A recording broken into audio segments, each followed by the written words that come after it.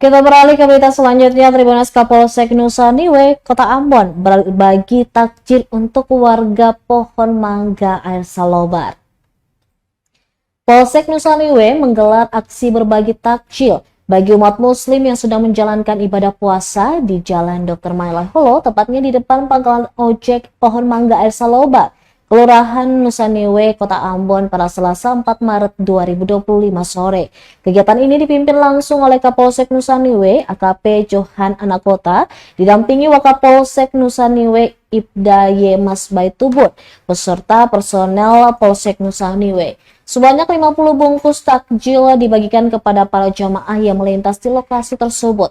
Kegiatan pembagian takjil merupakan inisiatifnya untuk menjalin silaturahmi dengan warga.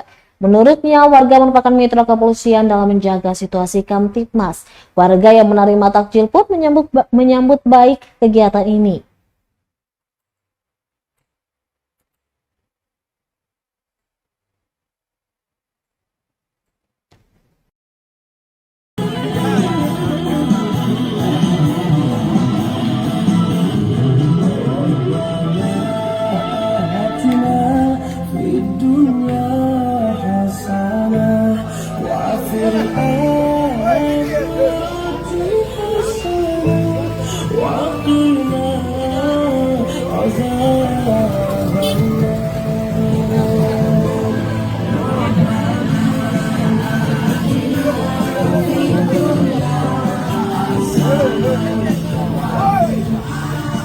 Download Tribun X sekarang, menghadirkan lokal menjadi Indonesia.